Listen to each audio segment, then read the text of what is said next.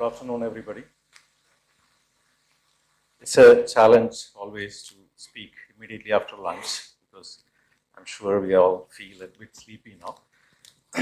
I'll try to, that's why I think Dilip asked me to talk more about films than about my technology background so that you probably feel more interested. So since the theme is same, running across all the keynotes, I think a lot of repetition could be there. But some of the ideas like disruptive times, how disruptive is the current disruptive times. In Greek philosophical days, Heraclitus is the one who said that the only thing which is constant is only thing which is constant is change. So during that time itself, change was a constant thing, that they have observed it. But we have seen that constant is getting sped up as time goes. I think when my father or parents were living, so probably in their childhood, the number of events which will occur in a day is much less. Right now, when we are sitting, we'll be getting 100 messages, 10 phone calls, and people are coming and meeting you. You have to check Facebook. So many events are happening. So there is a saying that our previous generation, whatever they have done, we probably will do in 10, 15, 17 years. 17 years is the number, I think, if I remember it correctly. And our kids, next generation is going to do the same thing in few days, 20 days of that order. So how much change is happening is definitely going up. It is alarming rate how much a human brain can actually process. So it has been always disruptive times, but now it is becoming more disruptive. Now, I would like to actually talk about, this is more like a Kollakudil Sujivikanuri. It's like, carrying coal to the new castle in English, right? So you guys are all experts in this subject, and I have to come and talk to you. But I hope you won't mind because this is all about sharing experiences. You can disagree, agree, we can have even interaction during the speech. I will pick few project areas I worked in my life with more space given to films, right?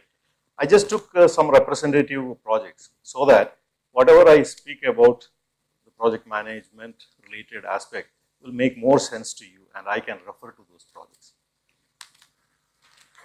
The first project, which I think, even though it's not a big deal, a lot of us basically do it, but it is pretty helpful for people, and it has been very helpful for me, is the organizing of youth festivals when we were in college, or even participating.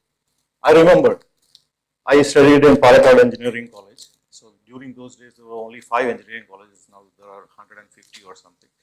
One of the colleges, when we joined in the first year in the youth festival, our batch scored the lowest, 19 points or something, when the rest of the batches are 200, 300 points. So we thought there's something seriously wrong with our batch. But eventually, we overcame that. Professional college with less than 1,000 students, competing with arts colleges which has got 2,000, 3,000, 5,000 students was almost an impossible job, but we used to make our presence felt.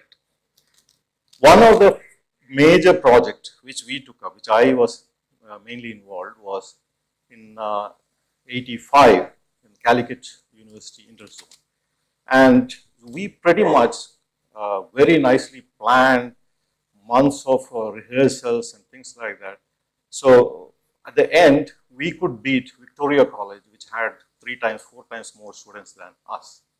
So that exercise, even though it is zero budget, even though all the everybody is in a contributory manner they are participating in, but it was giving a lot of insight into how you basically plan, work with people, and make things happen.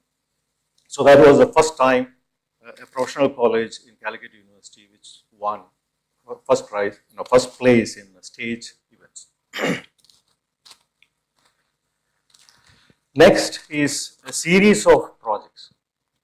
I was in Silicon Valley for 14 years. And in 1996, after working in a couple of companies, we started a startup company called GDA Technologies. It was in the chip design area, and it is based in San Jose, California, which is called Silicon Valley. We had over 10 years, we had developed offshore development centers in Chennai and Bangalore.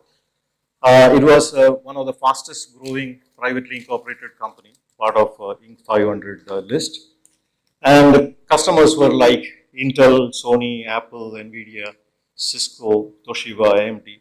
We had done, I personally was involved in multiple projects with Intel, Sony, Apple.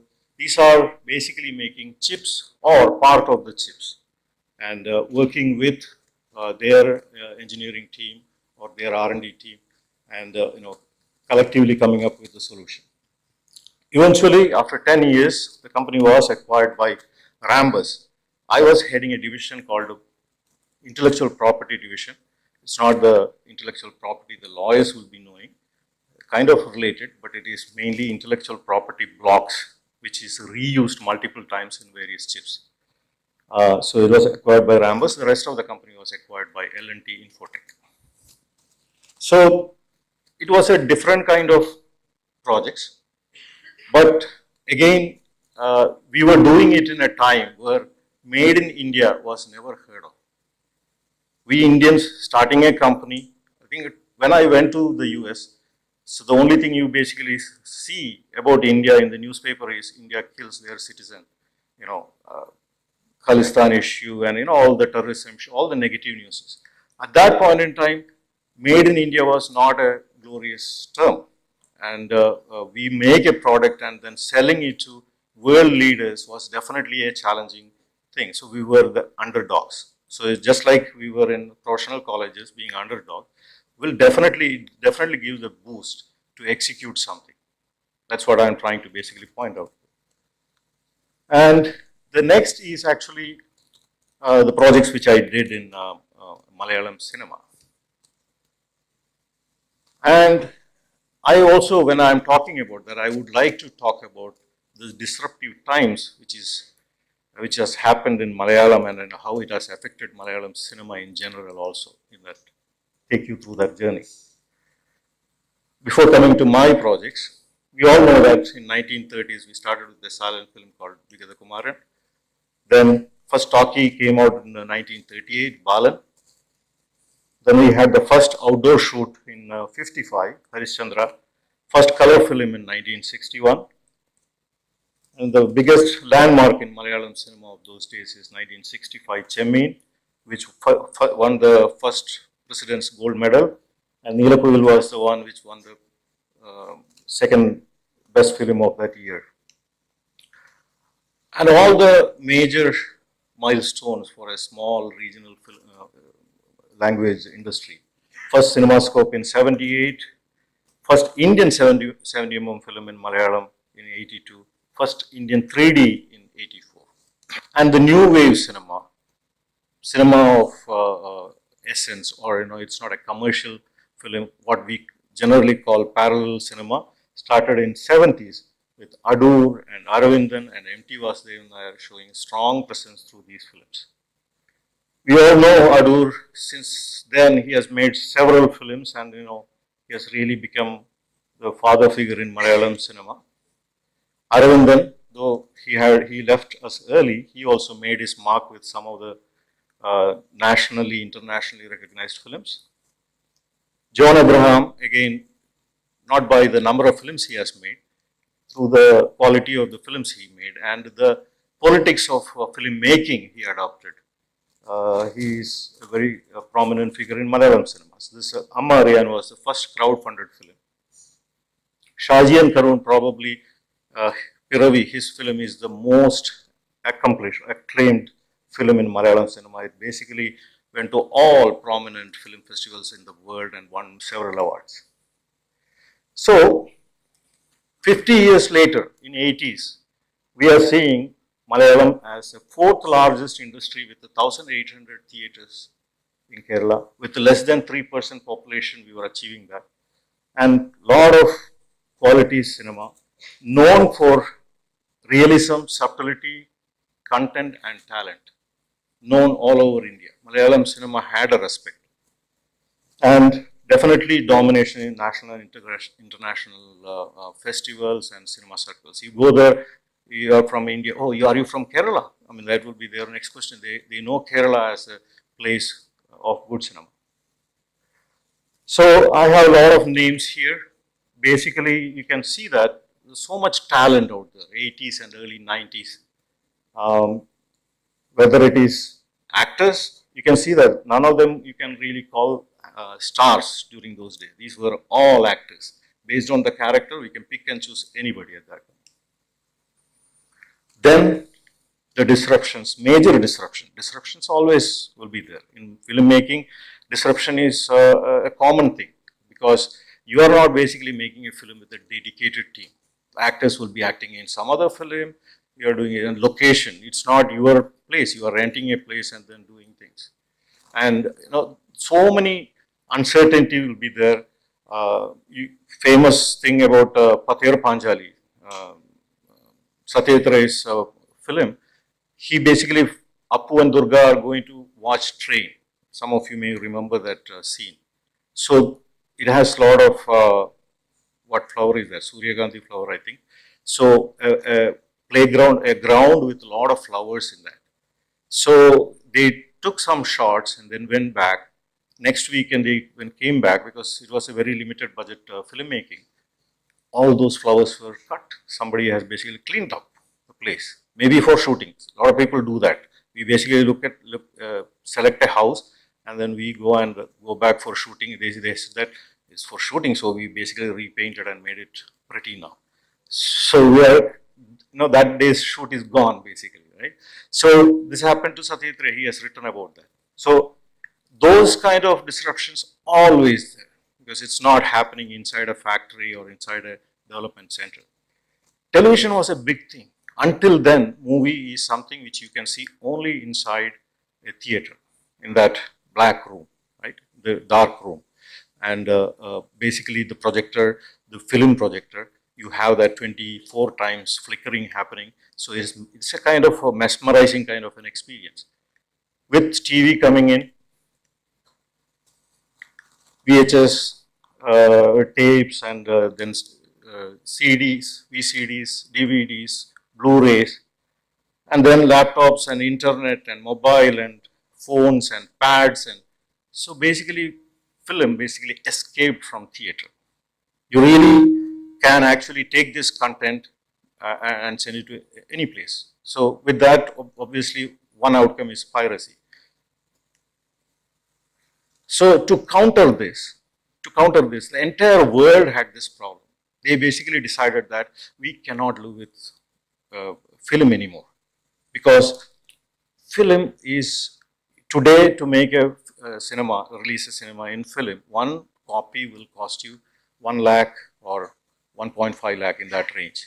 So releasing in 100 center means for that itself you have to spend more than 1 crore, right? 1.5 crore.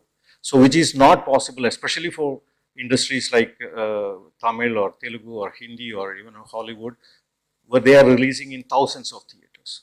So they came up with very cost-effective digital way of doing it. Initially the quality was low, but now the quality has kind of becoming comparable to the films. But in Kerala, our managers, whoever was managing those projects, did not adapt very well. We were basically still sticking to films. And we were not ready to move to multiplexes. Because once you have many options of entertainment, unlike the olden days, you have now TV is there, you can basically watch movie in the laptop, you have social media in your phone. Going to cinema theater is one of the options. So earlier cinema theaters, which was built for 1,000, 1,500, 2,000 people, is not going to be useful for today's world. It has to be multiplex. It's not the posh one I'm saying, it has to be small screens. But India built rest of India built 1,000 theatres before Kerala built one in Oberon, I think, Oberon Mall. So before that, we were just sleeping. And no wide release, because some people were basically saying that a release is my birthright. I'm not going to allow anybody else to release. So 40 theatre guys were basically clinging on to their right. And unfortunately, our government was sleeping. Our legal system was not able to do anything. And the rest of the affected people were not able to fight. No multiplexes built. Piracy became rampant because people don't have the ability to get to the movie. Movies, if you are selling the movie in online, people are ready to pay and watch. But you have kept decades together without giving them that content. People around the world had to resort to piracy. 1,000 plus theatres shut down because these 40 theatre release centers say that only we can release.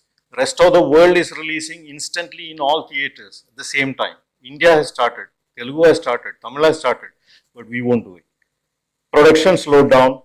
All these other films which are widely releasing, they benefited. In fact, in Kerala, we will release 300 theatres for Tamil films, but when it comes to Malayalam, it is only 60 or 70, not more than that. Even today, that is the situation. So we were taking this approach. During disruptive times, this is an easy way out. We can all do that actually. But what will happen is, from 80s glorious Malayalam cinema has basically come to today's level. So nepotism, no new talent, barrier to entry, gender discrimination, caste discrimination, TRP driven taste. Now you cannot say that, they are not making the movies I like, because somebody else decides that.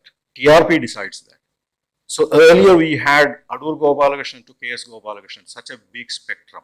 We had KG George, Mohan, Bharathan, Padmarajan, all these great guys in the middle, commercial films and artistic films. We had such a great spectrum. It's all gone. Quality suffered, soft one. Actually, what is the name of the actress? Shakila. Shakila films thrived. Shakila acted in 20 films in a year in late 90s. And the superstars probably 2 or 3.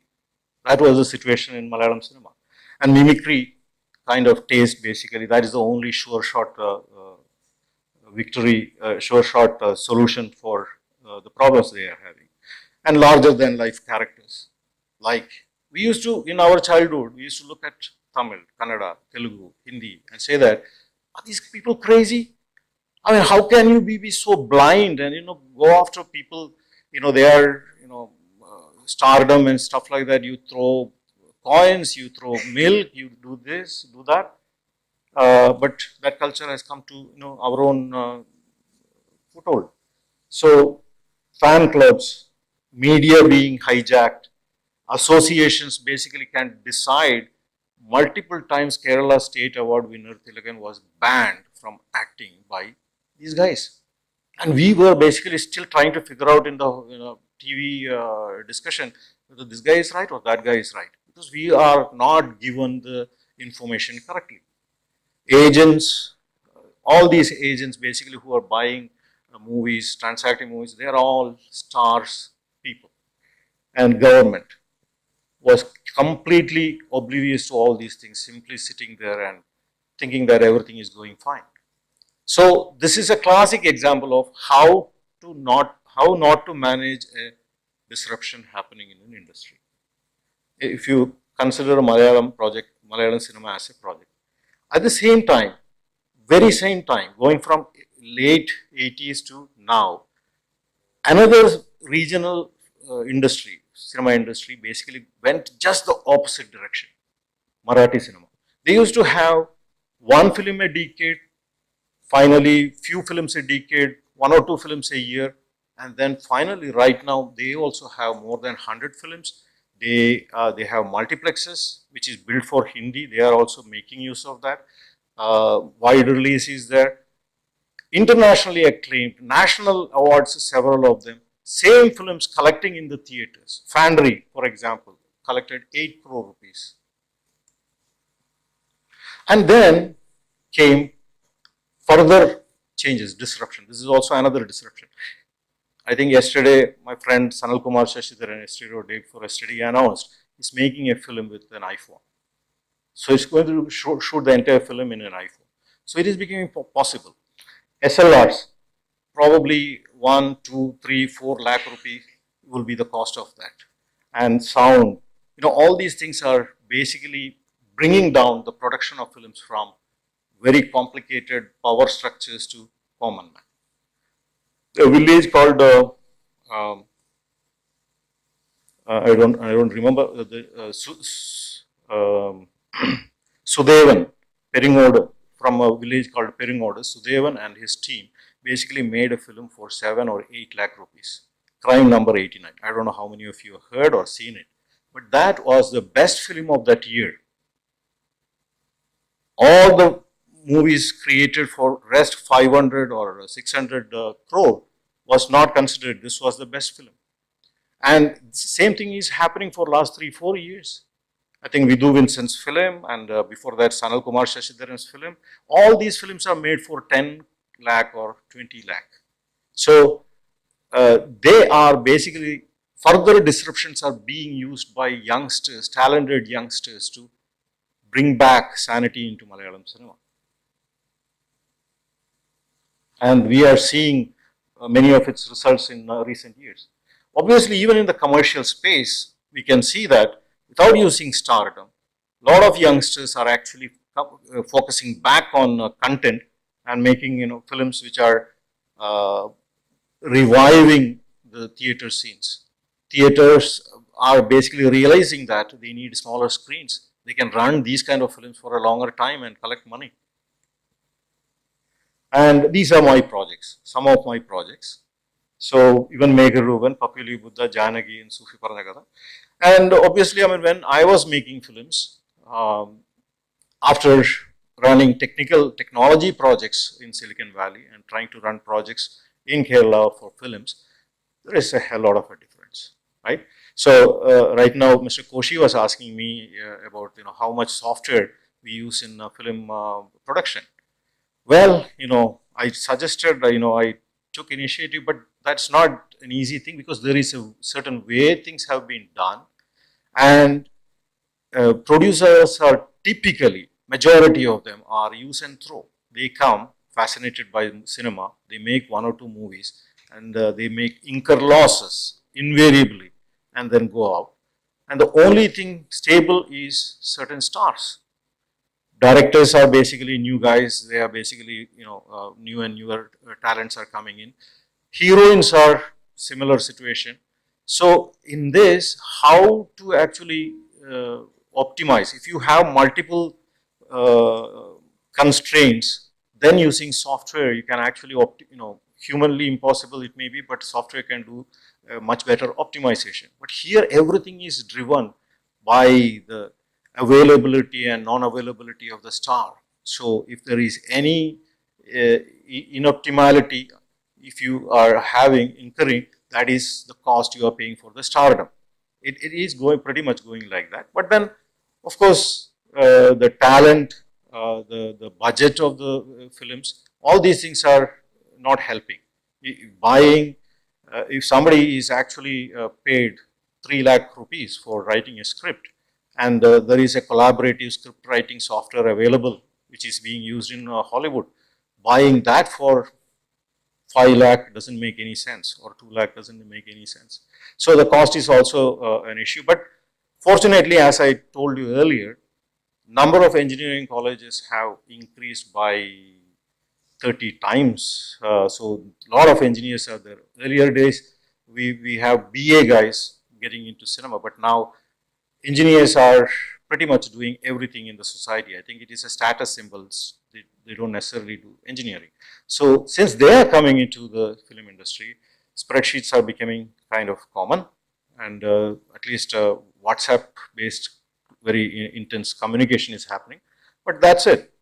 I don't think, other than few projects here or there, especially people who are coming from other industry, they may be using software, but not otherwise in a big way.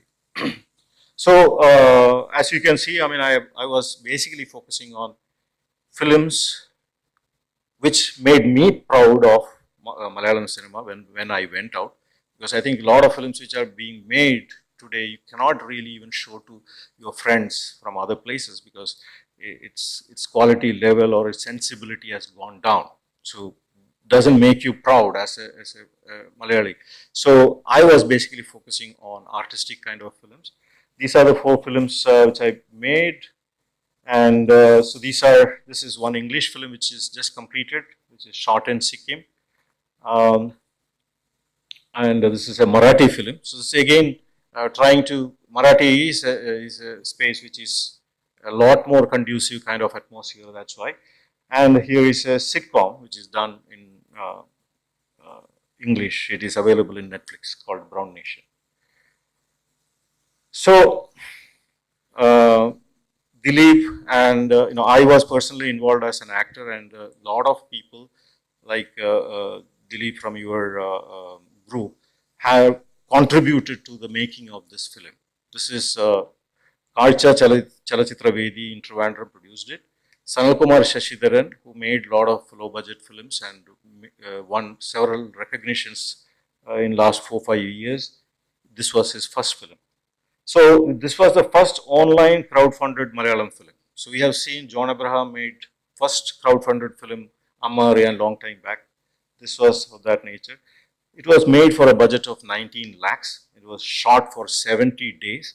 It's all over India, Kerala, Mumbai, Delhi, and multiple places in Uttarakhand, Kedarnath, Gangotri, Yamunotri, a lot of places around Himalayan. So I myself have actually driven 4,000 kilometers in that terrain over more than a month. So it was very challenging.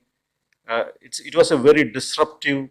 The nature of it's a disruptive worst, because it was immediately after the Kedarnath problem which had happened, the cloud burst which had happened there, and the life has basically become totally disrupted in that part of the country. There was no place to stay. There's nothing to eat. So you pretty much survive on aloo or as paying guest in some places. So it was, in addition to all the uncertainties which we basically see in filmmaking, this was one notch above because of all these things. And the film was distributed in Kerala first using a cinema vandi going from Trivandrum to Kasaragod. And it won many awards in IFFK and outside film festivals, and finally won the Best Director Award in Kerala Film Awards that year. I think disruption means, so we had very interesting experiences, like we are. When we are shooting 70 days of shooting, we cannot go to all the places, fix the location upfront, and then do it in a very planned manner. So when we are doing the shooting in one place, a bunch of guys will basically go and look for the next location, send the pictures. If everything is okay, then we will go and join, do the shooting there. Now, what happened to us in one place? We wanted to shoot snowing. I mean, some characters basically moving in a snow cloud mountain. So to find snow, we sent few people. So they were not reachable most of the times, but then they will be reachable in the evening. We didn't understand why it is so, but they sent the pictures. We said it is okay, and then we reached that place. By then, the climate completely changed. So the roads were blocked with large hills of snow. So we were stuck here. They are somewhere out there. We are not able to reach them. They're completely, phones are cut off. So we, two of us, director and myself, walked. So we walked around 17 kilometers to reach to the other side where we were expecting them to be. That is where they were there last when they contacted us. And when we reached there, they are safe. We were there, and so then we decided that, okay, we have to somehow get all the other people also there, because there's noise on that part. It has come closer, but we had to come back. That's when we realized that all the BSNL and all these people, they don't have electricity there, so they have some diesel. For few hours they will run the base station, and that's the time we have to send all the messages and make the phone calls. So when we were coming back, obviously, that is place with a lot of tigers, seeing the tigers footmark and things like that. And when we came to this side, we were we were gone for 1.5 days. These people were all scared that something happened to us. They contacted the people back in Kerala. They contacted the politicians. The chief minister calls the defense minister Antony. He calls the Air Force. On the way back, I am getting a call when the coverage area came. I get the call, and the guy is asking, "Where are you right now?" You go to the nearest helipad. We are going to. So we were wondering what is happening to us. First of all, this film is made in a very small budget, and we don't have all the permits and things like that in our hand. So we were scared that if we are going to be, it's going to be trouble. We said that no, it's okay. I mean, we are fine and all. We hung up the phone, and when we reached there, we figured out this is the situation. So then onwards, we were trying to avoid the authorities, and then they were basically trying to track us down. So it was all a kind of Priyadarshans kind of comedy movie, rest of the shoot. So by clicking this, it will play, or how is?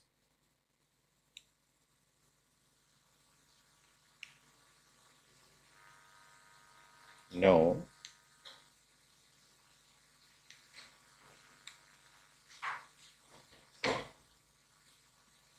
Oh.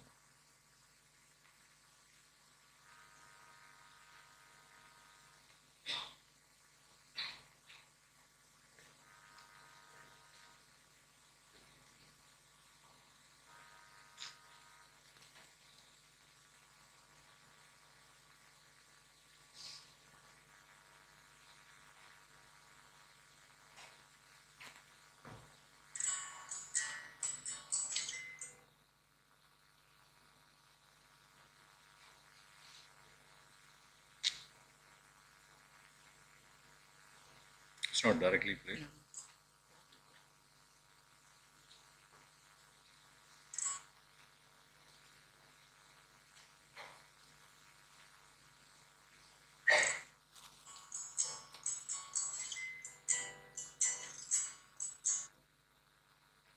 It's not playing. This is the first video.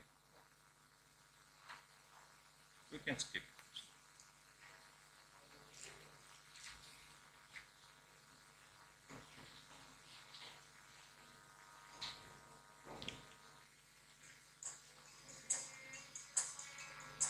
Sound is not.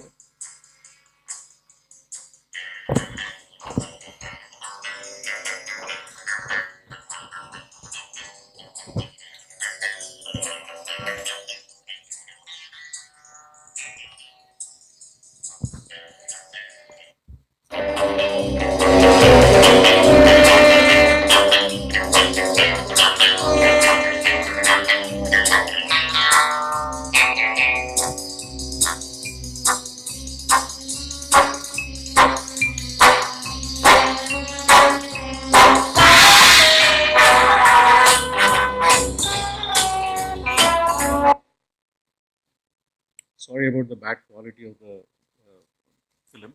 Basically, it was shot on phone while we are the 4,000-kilometer drive I was talking about, and sometimes crossing even tigers on the way. So it was fun too. So just to give you a glimpse of that, I just played that. And disruptions or changes, positive or negative changes. Positively disrupting, a lot of things are happening still in films, and I think there is a lot of artists, technologists, entrepreneurs are required to make real use of these technological advancement happening in the cinema. VOD, video on demand, on internet. Even today, Malayalam cinema doesn't have a decent VOD platform. Animation. So we have a lot of people working in animation. There's a lot of talent out here. they're not really making good use of those talent. Projects are not very well managed.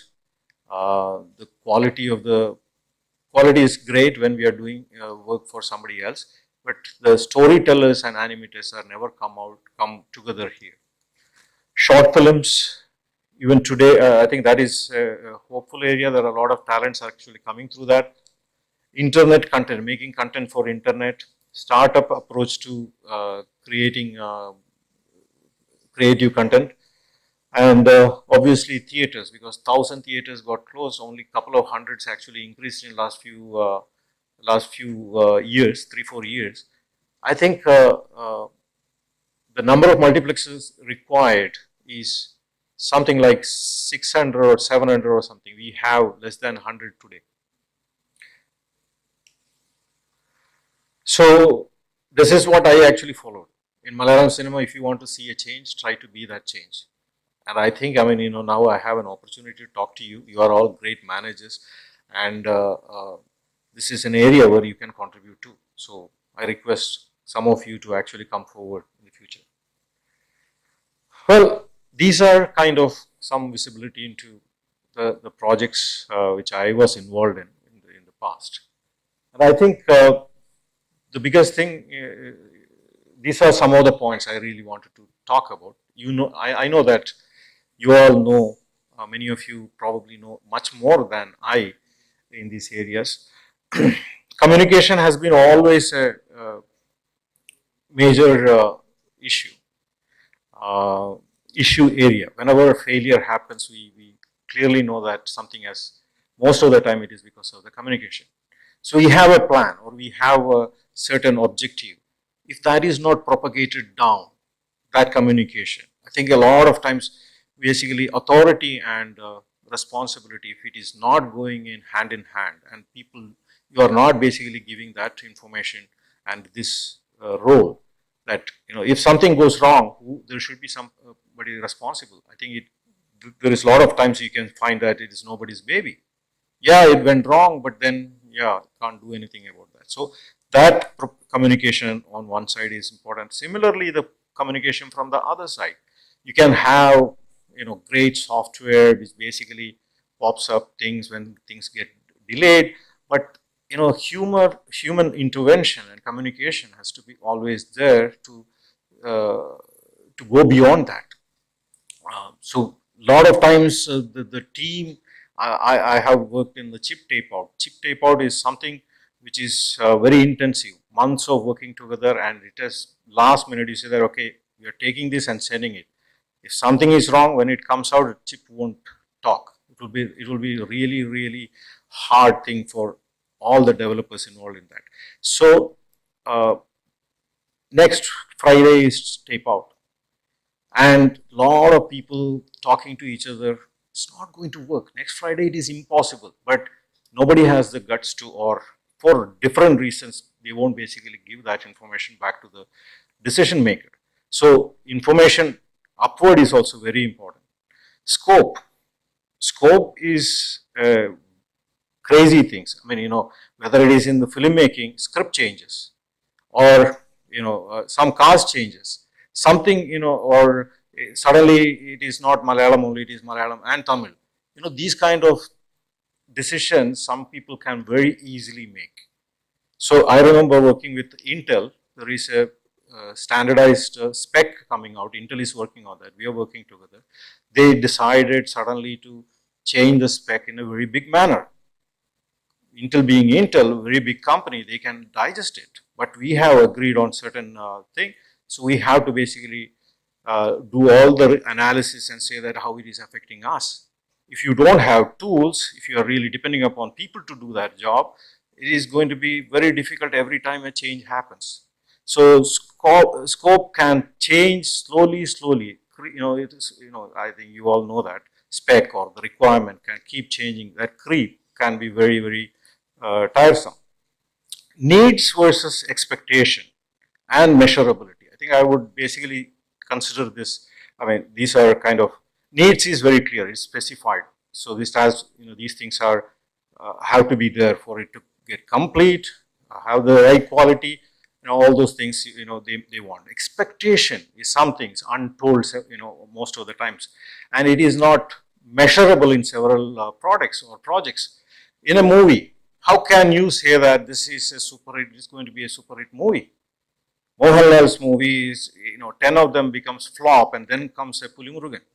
We know that, so you cannot, even the experts within the industry cannot guarantee back-to-back success in the case of movie. So it is very difficult to measure, that kind of, especially if an art is involved. How can you say that a Piravi, when it is made, it is going to win so many awards around the festivals around the world? His last film,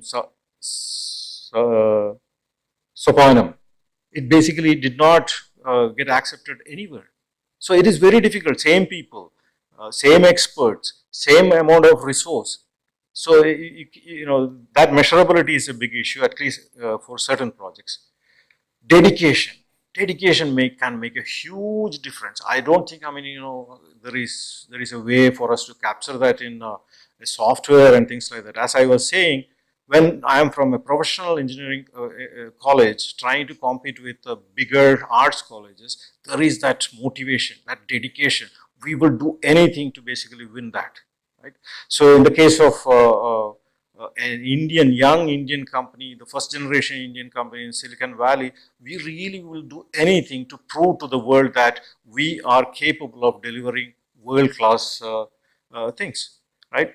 Then silos, hostility, politics, human nature. I think we have to deal with that all the time, right?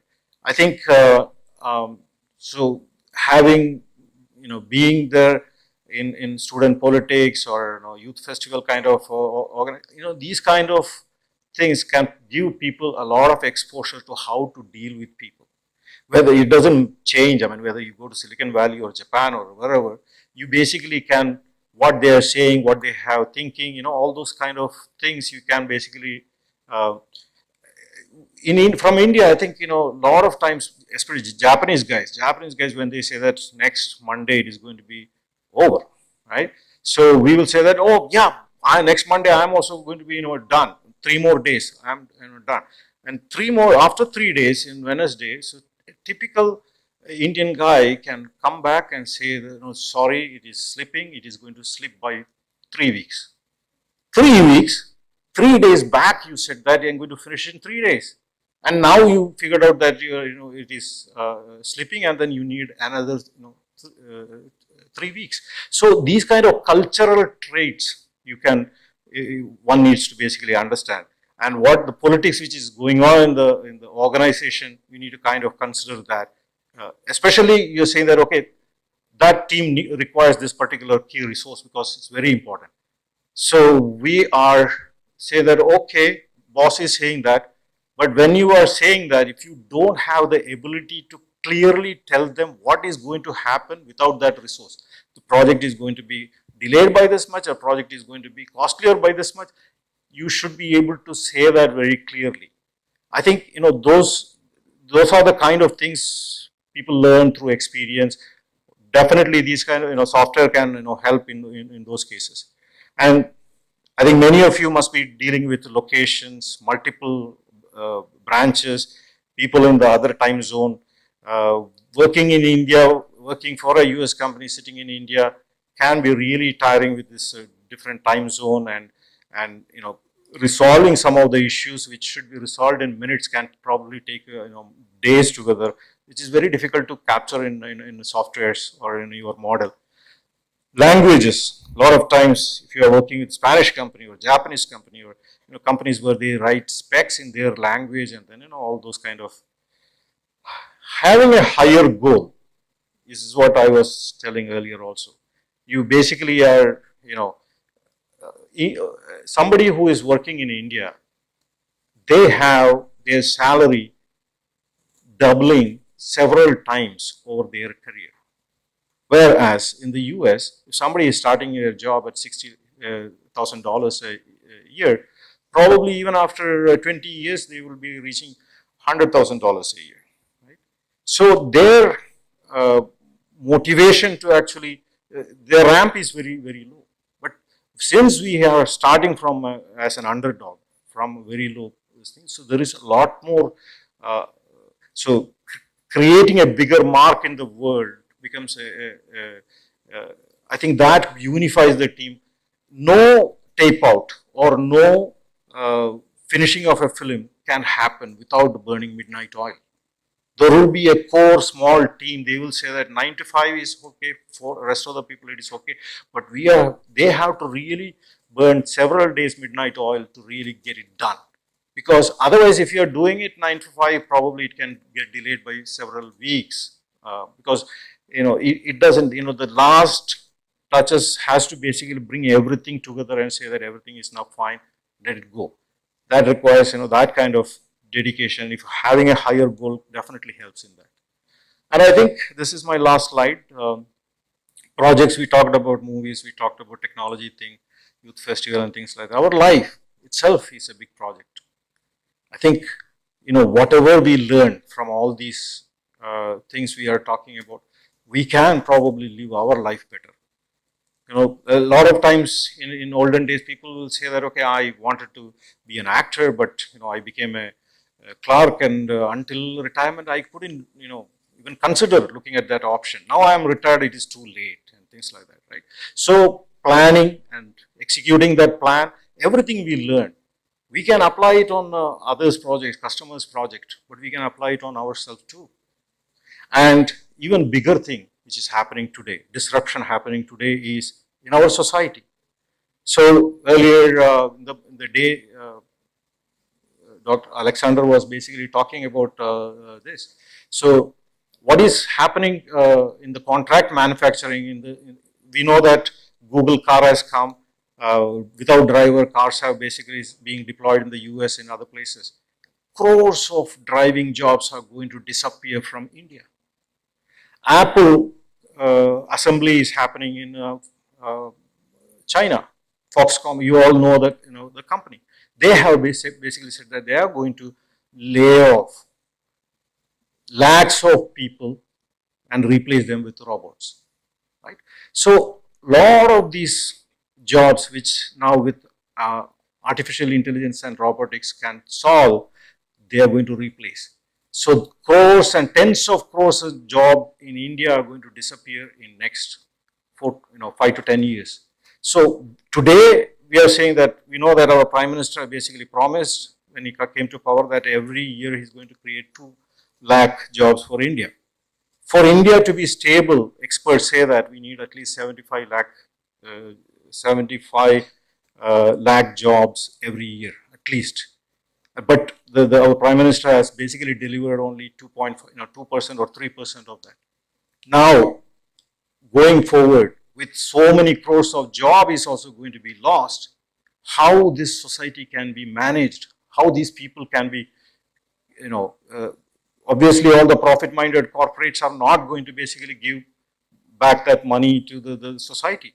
We know that in early 1900s, we knew that all this automation and everything is going to reduce the number of people working on farm and factories from 80% to 20-25%, which happened over 70, 80 years. And during that time, we invented various other kinds of jobs. Some people call that bullshit job, which basically will pay you, but without, it is not that crucial. The farmer is not working, there is no food on our table. Insurance agent is not there, that's not going to happen. So we all know that. So such jobs have to be created. So, but this happened in 70 years. Now this is going to happen in 5, 10 years. Do we have good managers as politicians, or for running our country, running our society, whether it is panchayat, state, country level, or even the world level, because nothing is isolated today, world is flat. So I think all of you, what you are doing is very important. I think we have to have that expertise, more and more of that expertise among politicians, our rulers, everybody. With that, that's all I had to talk. Thank you.